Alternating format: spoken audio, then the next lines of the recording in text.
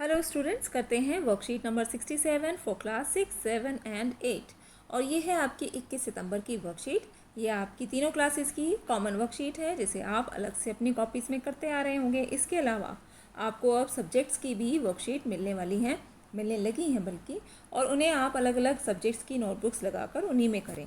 तो चलिए शुरू करते हैं ये आज की वर्कशीट, जो कि बहुत इंटरेस्टिंग वर्कशीट है। हर रोज़ की तरह मैं पौधों में पानी दे रही थी। अचानक बहुत सारी मधुमक्खियाँ उड़ने लगी। ध्यान से देखने पर बड़े पौधे के बीच एक मधुमक्खी का छत्ता दिखाई दिया। तो इस बच्चे की स्टोरी है ये कि हर रोज़ की तरह जब वो पानी दे रही थी पौधों को, तो उसने देखा अचानक से बहुत सारी मधुमक्खियाँ वहाँ उड़ने लगी। और उसने ध्यान से देखा तो देखा कि बड़े पौधे के बीच में एक मधुमक्खी का छत्ता था। उसे देखकर वो खुश तो बहुत हुई, क्योंकि अभी तक उसने सिर्फ किताबों में ही देखा था और पढ़ा था।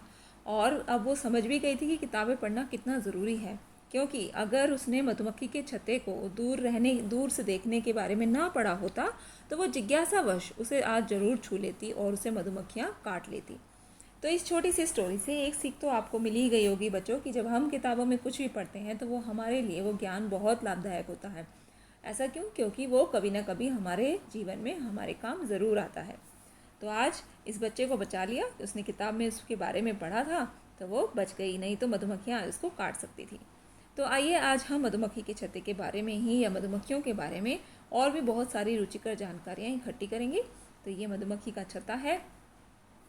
क्वेश्चन आंसर पर चलते हैं। उससे पहले मैं आपको एक चीज़ बता दूं बच्चों, यहाँ पर आप देख रहे होंगे मधुमक्खी के छत्ते के अंदर बहुत छोटी छोटी शेप्स दिखाई दे रही होंगी जो कि षटभुज के आकार की हैं।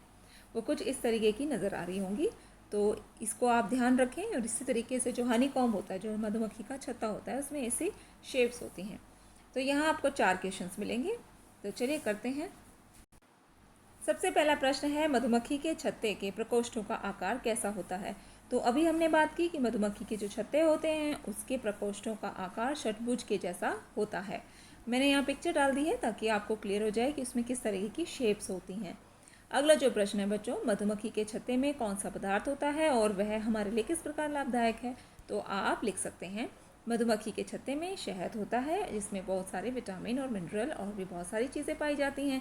यह हमारे शरीर के लिए बहुत लाभदायक है, जैसे कि यह हमारी पाचन शक्ति और इम्यूनिटी को मजबूत रखता है। इम्यूनिटी क्या होती है? बीमारियों से लड़ने की हमारे शरीर के अंदर जो शक्ति होती है, जो क्षमता होती है, उसको हम इम्यूनिटी कहते हैं। ठीक है। आजकल इसे चीनी की जगह इस्तेमाल किया जाता है। तो चीनी की जगह इसको इस्तेमाल इसलिए किया जाता है क्योंकि चीनी आज स्वास्थ्यवर्धक नहीं होती, वो बल्कि स्वास्थ्य को नुकसान पहुंचाती है। और ज़्यादातर जो डायबिटीज़ के पेशेंट होते हैं, मधुमेह के रोगी होते हैं, उनके लिए तो चीनी का इस्तेमाल बिल्कुल ही वर्जित बताया जाता है और वो उसकी जगह शहद का इस्तेमाल कर सकते हैं। हृदय के स्वास्थ्य के लिए भी ये लाभदायक है। तो हृदय यानी कि हमारा जो दिल है उसके भी स्वास्थ्य के लिए बहुत लाभदायक है। जैसे कि आपने सुना होगा high blood pressure, low blood pressure, ये सारी चीज़ों को वो ठीक करने का इसमें गुण होता है। सौंदर्य प्रसाधनों में भी इसका प्रयोग होता है। हमारे रोज़ाना के जो कुछ सौंदर्य प्रसाधन होते हैं, कुछ क्रीम्स हैं या जेल्स हैं, वो भी शहद का, उसमें शहद मिलाया जाता है और उन्हें बनाया जाता है। अगला प्रश्न करते हैं बच्चों, इनके उत्तर आपने लिख लिए होंगे। क्या आपको ज्ञात है कि मधुमक्खियाँ पर्यावरण की रक्षा में क्या महत्वपूर्ण भूमिका निभाती हैं? जानकारियाँ इकट्ठी करिए। तो देखते हैं इसका उत्तर। मधुमक्खियाँ पर्यावरण की रक्षा करने में महत्वपूर्ण भूमिका अदा करती हैं। वे क्या करती हैं? वो परागण करके पेड़ों की वृद्धि, फूलों व अन्य पौधों को उगने में मदद करती हैं। ठीक है। तो परागण होता है, परागण जिसके अंदर आपने देखा होगा कि एक फूल से दूसरे फूल तक पराग कणों को ले जाना परागण कहलाता है। ठीक है। पराग कण क्या होते हैं? वो बहुत नन्हे नन्हे से कण होते हैं जो कि स्त्री केसर से पुंकेसर तक जाकर और फिर वहाँ पर वो युग्मक बनाते हैं और उस युग्मक से ही नए पौधों का जन्म होता है। प्रजनन इसी तरीके से पेड़ पौधों में होता है। तो परागण की प्रक्रिया ये होती है। तो ये जो मधुमक्खियाँ हैं वो पराग कणों को एक जगह से दूसरे जगह पर ले जाने का काम करती हैं। अगला जो प्रश्न है, मधुमक्खी के अलावा ऐसे कौन से अन्य प्राणी हैं जो पर्यावरण की रक्षा करते हैं? उसकी सूची बनानी है। तो एक हिंट मैंने आपको दे दिया है, बहुत सारे ऐसे जानवर हैं, बहुत सारे ऐसे प्राणी हैं जो हमारे पर्यावरण की रक्षा करते हैं। तो मधुमक्खी के अलावा निम्नलिखित प्राणी पर्यावरण की रक्षा करते हैं। तो हमने 4 ही लिखे हैं इसके अंदर। आपको अगर कोई और पता है तो ज़रूर कमेंट बॉक्स में बताना मुझे।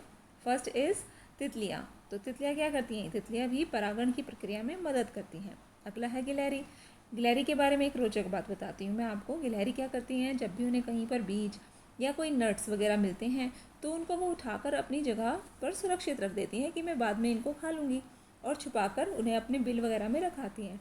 लेकिन वो अगर बाद में भूल जाती हैं कि मैंने उन्हें कहाँ छुपाया था, तो वो जो बीज और वो नट्स होते हैं वो नए पौधों को जन्म दे देते हैं कुछ समय के बाद। तो इस तरीके से गिलहरी जो है वो नए पौधों को उगाने में मदद करती है। अगला जो हम बात करेंगे चूहे। तो चूहों को आपने देखा ही होगा कि उनकी जो स्मेल होती है, स्मेल सेंस जो होती है, सूंघने की जो शक्ति होती है, वो अन्य जानवरों से थोड़ी अधिक समझ लीजिए, क्योंकि आपने देखा होगा जैसे ही खाने की चीज़ें दिखाई देती हैं और वो वहाँ पर पहुँच जाते हैं। तो इसी तरीके से जो इनकी स्मेल वाली सेंस है उसका इस्तेमाल बारूदी सुरंगों का पता लगाने के लिए भी किया जाता है। इस तरीके से पक्षी हैं और उनको प्रकृति का संतुलन निभाने के लिए समझा जाता है। क्यों? क्योंकि वो खाद्य श्रृंखला में एक महत्वपूर्ण भूमिका निभाते हैं। खाद्य श्रृंखला क्या होती है? खाद्य श्रृंखला में आपने देखा होगा, आपने पढ़ा भी होगा कि जो खाद्य श्रृंखला है उसमें छोटे जीवों को बड़े जीव खा जाते हैं, और इसी तरीके से हमारी जो कुदरत है, हमारी जो प्रकृति है, उसमें संतुलन बना रहता है, एक बैलेंस बना रहता है। तो ये कुछ बातें थी और मुझे लगता है आपको ये बहुत रोचक लगी होंगी, तो ज़रूर बताइएगा मुझे कमेंट में, वीडियो में। अगर आपको कोई डाउट रहता है तो उसको भी कमेंट बॉक्स में लिखा करिए, ताकि मैं अगले वीडियो में उस डाउट को क्लियर कर सकूं। ओके। और अगर आपको वीडियो से आपके कॉन्सेप्ट्स क्लियर होते हैं, आपको समझ आता है, आपको अच्छी लगती है, तो ज़रूर लाइक करें वीडियो को और शेयर भी ज़रूर से ज़रूर करें। थैंक यू फॉर वॉचिंग बच्चों, मिलते हैं नेक्स्ट वर्कशीट में।